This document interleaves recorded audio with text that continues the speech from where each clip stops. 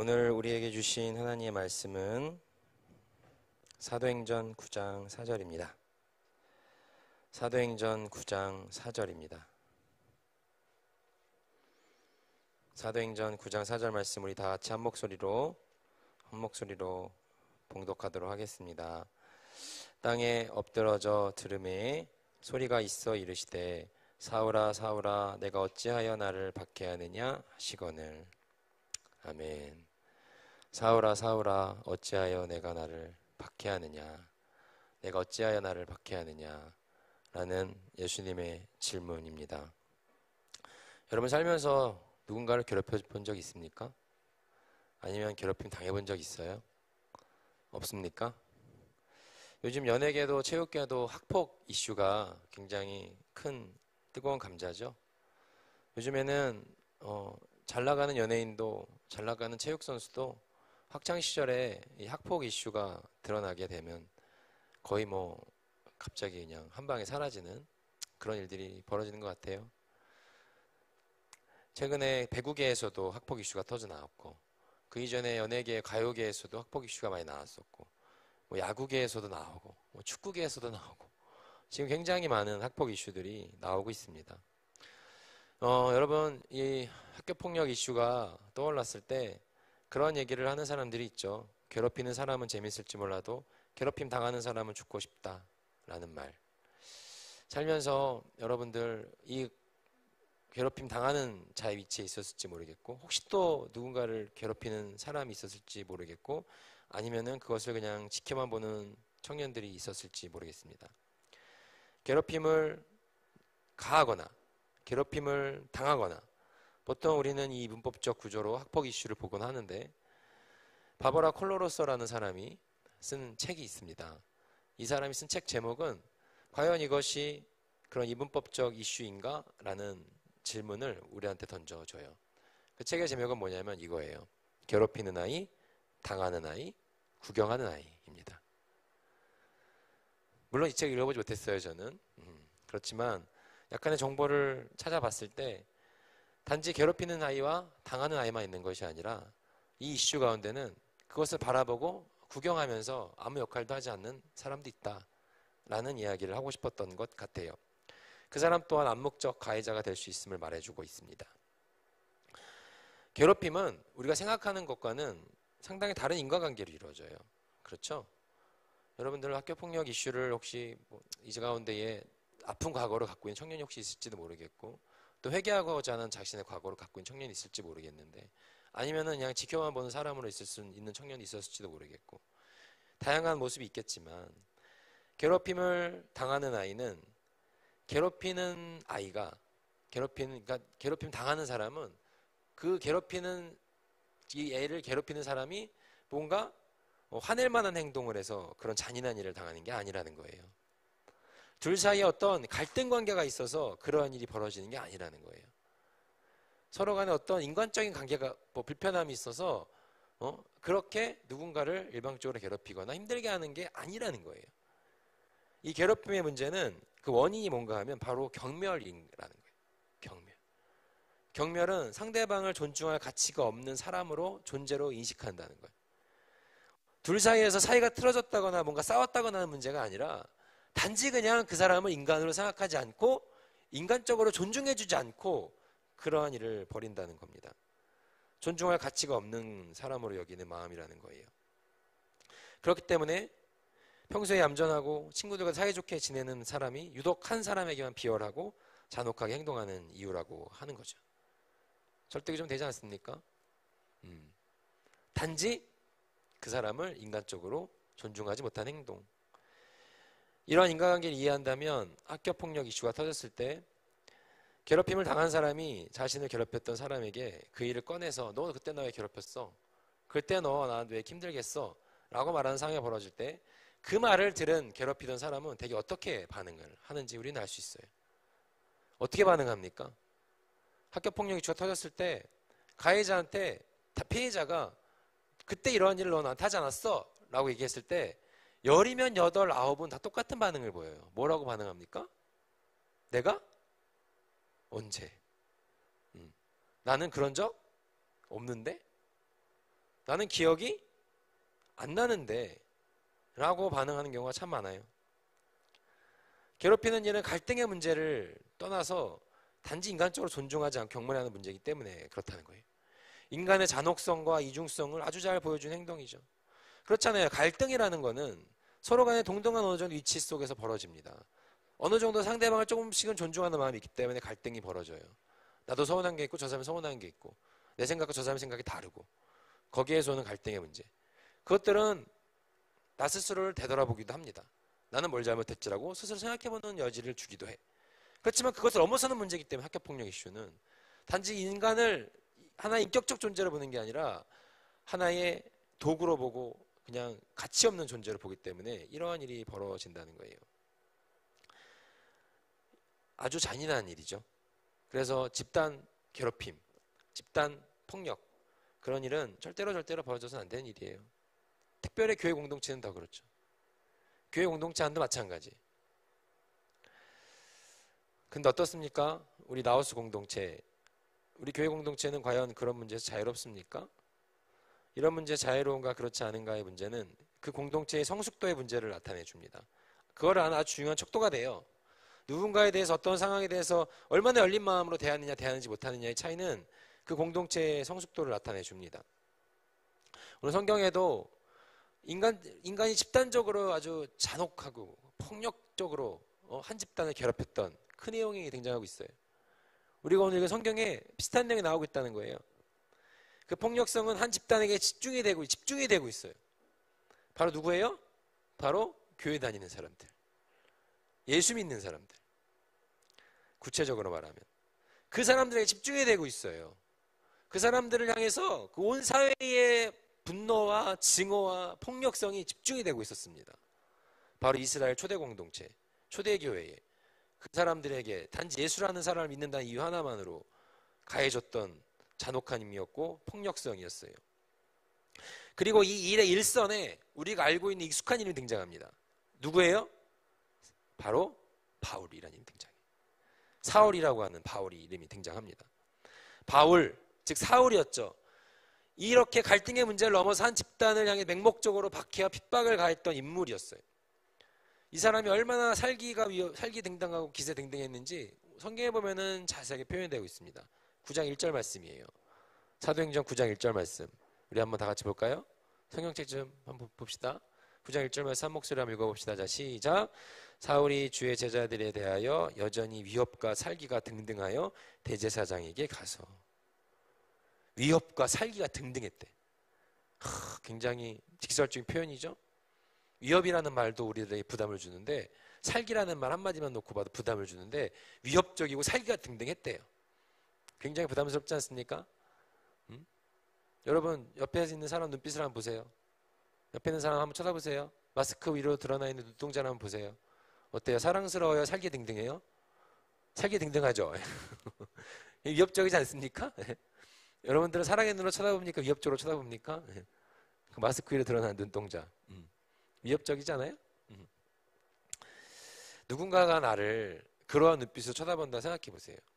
위협적인 눈빛으로. 그러면 여러분 그 사람을 쳐다볼 거예요? 아니면 외면할 거예요?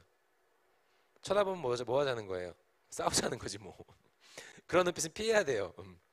누군가가 나를 갑자기 길을 걷고 있는데 저 앞에서 처음 보는 사람인데 나를 이렇게 째려보면서 걸어오고 있어. 이렇게. 어떻게 할 거예요? 같이 째려볼 거예요? 뭐야? 그러기 쉽지 않죠? 대부분의 사람들은 피하고 도망갈 거예요. 네. 갈등 속에 엮이기 싫으니까 문제 속에. 오늘 사울의 모양이 그렇게 위협적이고 살기 등등했다는 거예요. 누구한테? 교회 다니는 사람들한테. 굉장히 무서웠던 사울의 모습을 볼 수 있습니다. 그럼 그가 다메섹이라는 곳에 야 다메섹에 말이야 또 예수 믿는 애들이 많이 모여있대. 그래? 좋았어. 잘 걸렸어. 내가 갈 거야. 그렇게 다메섹에 예수 믿는 사람들이 많이 모여있다는 소식을 들은 사울이 또 그 사람들을 핍박하고 박해하기 위해서 그 길을 갑니다. 그런데 그 길 가운데에서 오늘 바로 이 질문을 듣게 되는 거예요.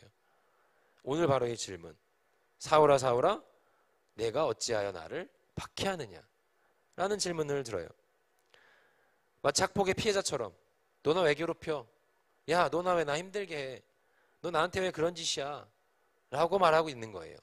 예수님께서 사울에게. 사울의 반응은 참으로 인간적이면서 현실적이에요. 네? 제가요? 제가 언제요? 라고 반응해요. 지금 현대 사회에서도 학폭 이슈가 떠올랐을 때 가해자들이 보여주는 반응을 그대로 사울도 보여주고 있습니다. 너 나 왜 괴롭혔어? 너 나 왜 괴롭히고 있어? 라고 얘기했을 때 사울도 똑같이 내가요?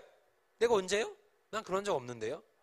라고 반응을 하고 있다는 겁니다. 내가 언제 당신을 괴롭혔단 말입니까?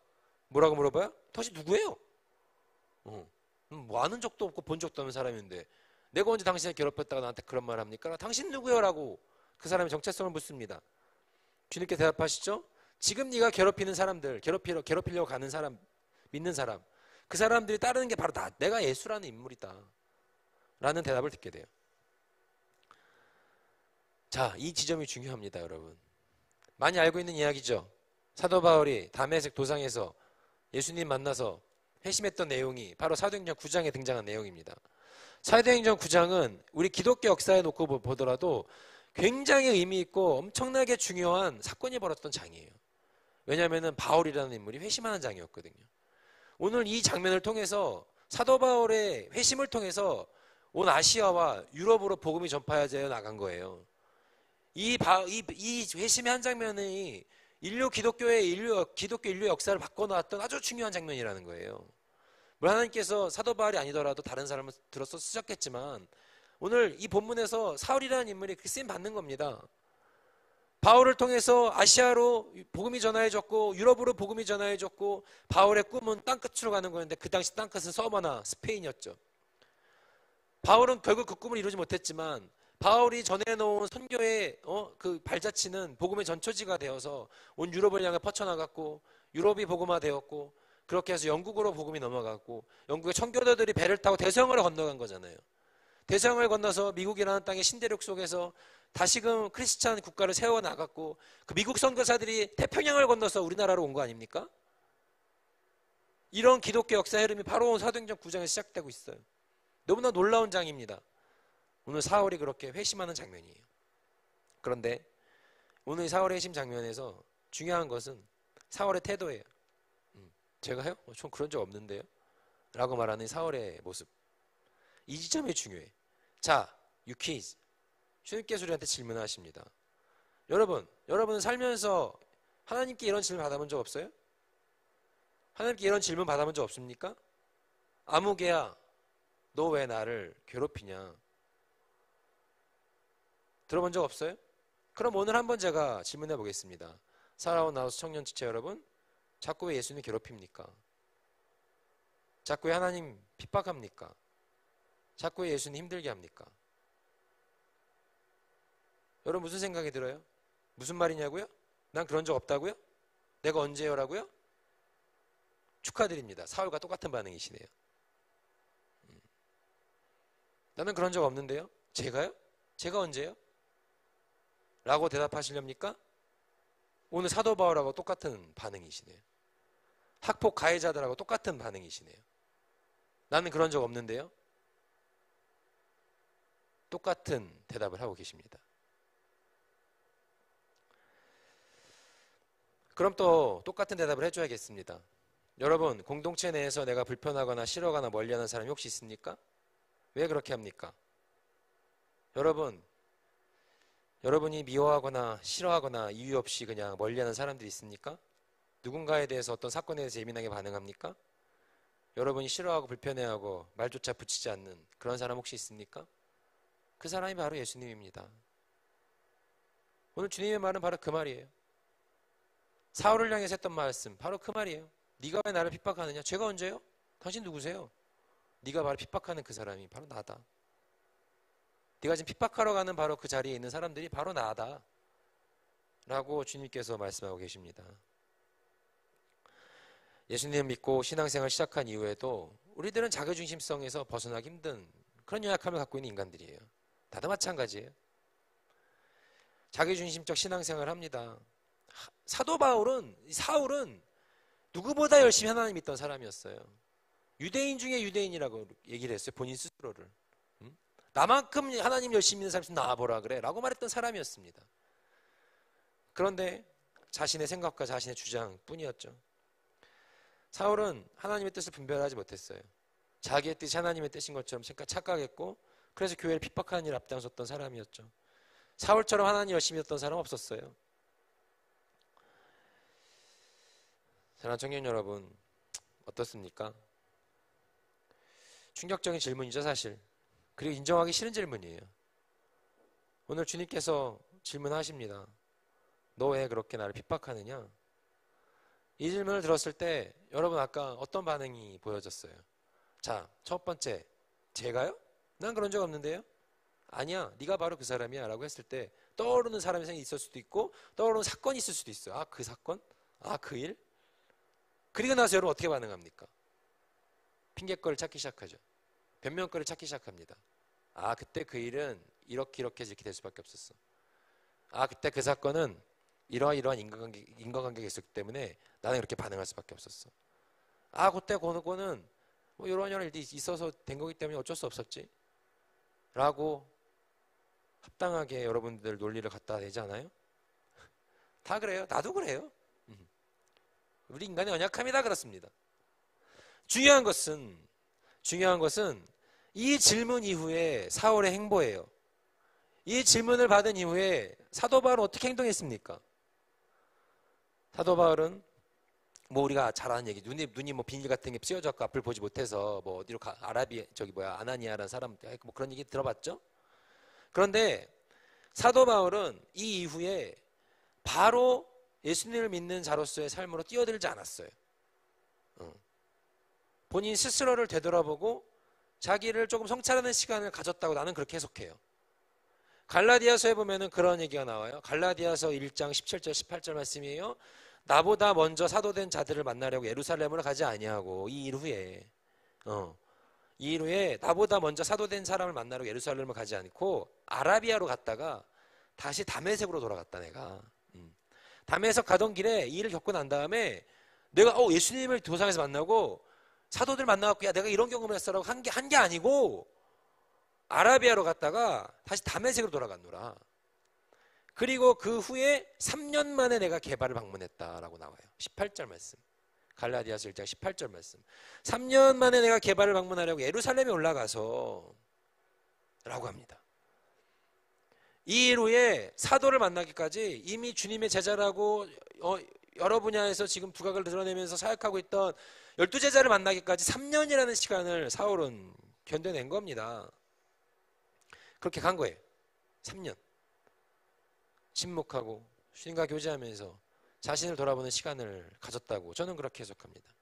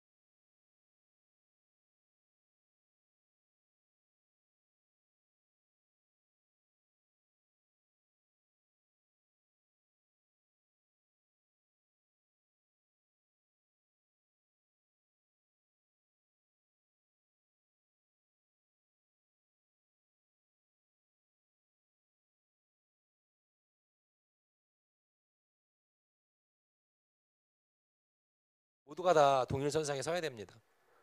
그래서 하나님 앞에 나의 모습을 되돌아보고 나의 생각을 되돌아보고 지체들을 대할 때, 공동체를 대할 때, 세상 속에서 사람들을 만날 때 나는 과연 예수님을 사랑을 전하는 자인가?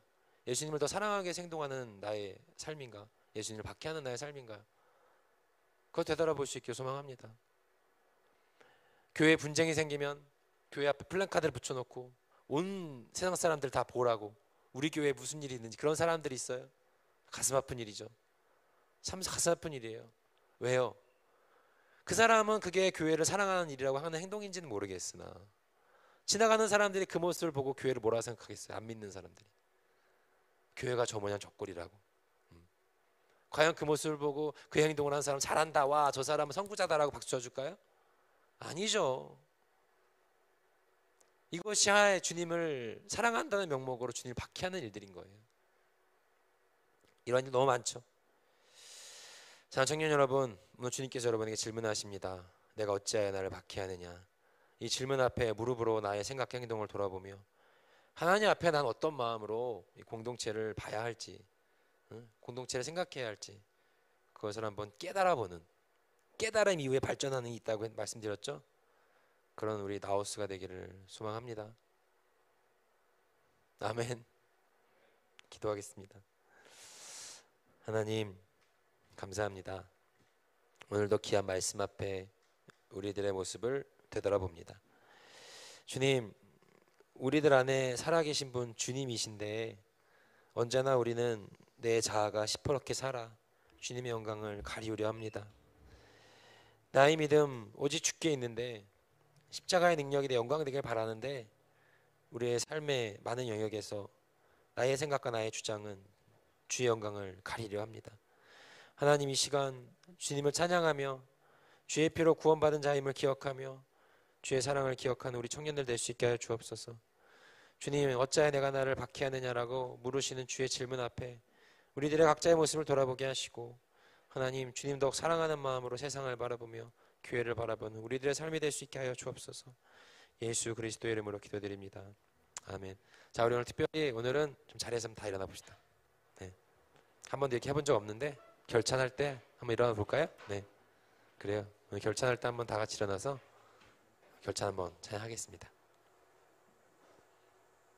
찬양합시다.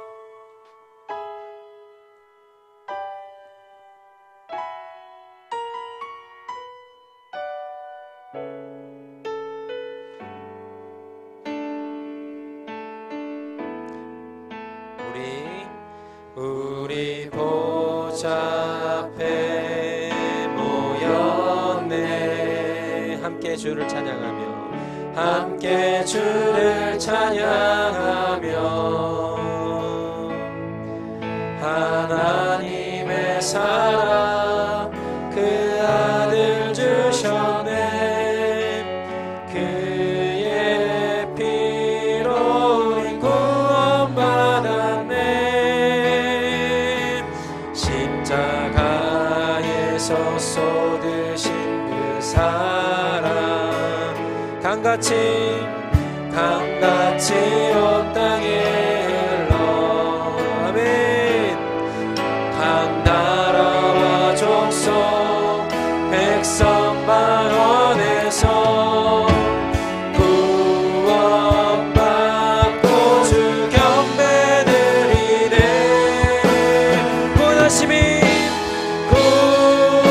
구원하심이 보좌에 앉으신 우리 하나님과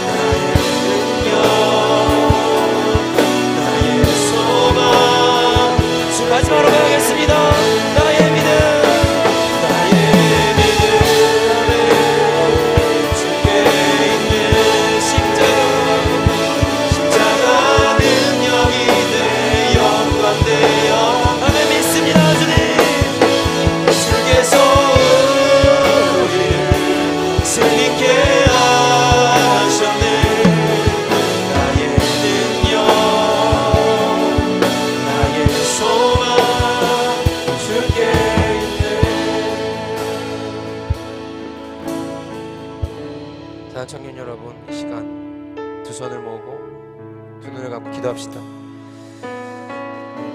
주님께서 이 질문을 던지실 때 우리들이 직면해야 되는 것은 나의 연약함입니다. 나는 어쩔 수 없는 인간이라는 자의식이, 나는 이 정도밖에 안 되는 인간이라는 좌절이죠, 사실은. 그렇지만 거기에 집중하라는 게 아닙니다. 오늘 찬양 가사의 고백에 우리가 집중해야 될 것이 있습니다.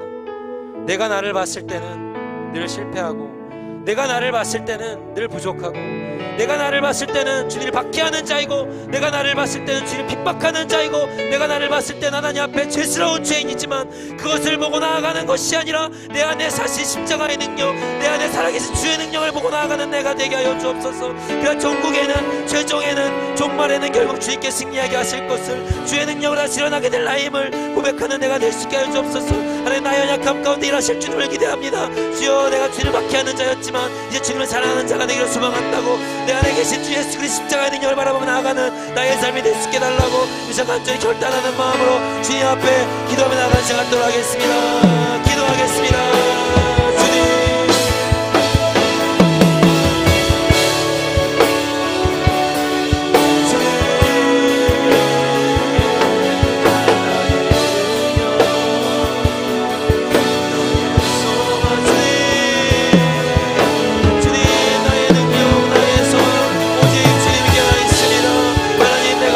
주님, 나는 주님을 박해하는 자이고, 내가 나를 봤을 때 나는 주님을 핍박하는 자이고, 내가 나를 봤을 때 나는 주님을 그렇게 힘들게 하는 자이지만 마치 새끼 폭력을 가하고 있는 그런 나의 자이지만, 주여, 내가 나의 능력, 나의 소망을 보지 않게 하옵소서.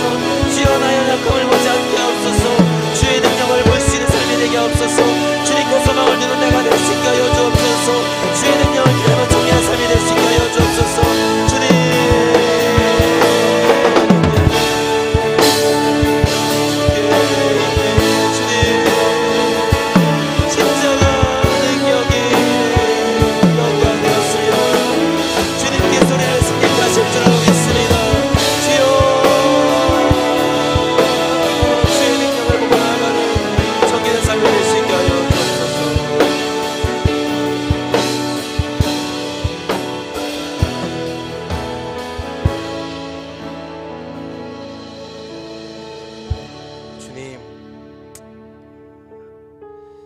나의 삶을 돌아봅니다. 내가 한 말을 기억해봅니다. 내가 한 행동들을 되짚어봅니다. 하나님, 그 속에 과연 주님이 있었는가 생각합니다. 주님, 그 속에 과연 주님을 사랑하는 마음이 있었는가 되돌아봅니다. 하나님, 나는 주님을 박해하는 자였고, 나는 주님을 핍박하는 자였고, 나는 주님 힘들게 하는 자였습니다. 하나님, 그렇지만 그러한 나의 모습에 좌절하는 것이 아니라 그러한 나의 모습 가운데 살아계신 주의 능력을 기대하는 삶이 되게 하옵소서. 십자가의 능력으로 우리를 다시 살리신, 그러한 제약의 가운데 허덕이고 있고 그러한 제약 가운데에 구속받고 있는 우리들의 삶을 십자가의 능력으로 다시 살리신 주의 능력을 기대하는 청년의 삶이 될 수 있게 하여 주옵소서. 하나님, 그래서 나의 믿음, 나의 소망은 오직 주께 있음을 고백하게 하옵시고, 주의 능력으로 우리를 승리케 하실 것을 바라보며 나아간 청년의 삶이 될 수 있게 하여 주옵소서. 하나님, 그러한 눈으로 우리의 삶을 바라보게 하시고, 그러한 눈으로 공동체를 바라보게 하시고, 그러한 눈으로 세상을 향해 나아가는 그들의 당당한 발걸음 되게 하여 주옵소서.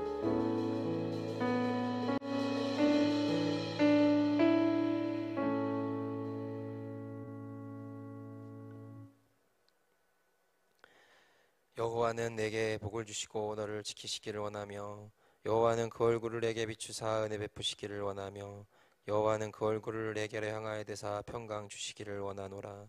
이제는 주 예수 그리스도의 은혜와 하나님의 사랑과 성령이 교통하기를. 주님을 핍박하는 자에서 주님을 사랑하는 자로 담대히 결심하며 단결하며 주님 앞에 결단하며 나아가기를 다짐하는 이 자리에 모인 행진나우스 청년부, 또 영상으로 예배드리는 행진나우스 청년부 모든 이들에게 이제부터 영원까지 영원히 함께 하시기를 간절히 축원하옵나이다. 아멘.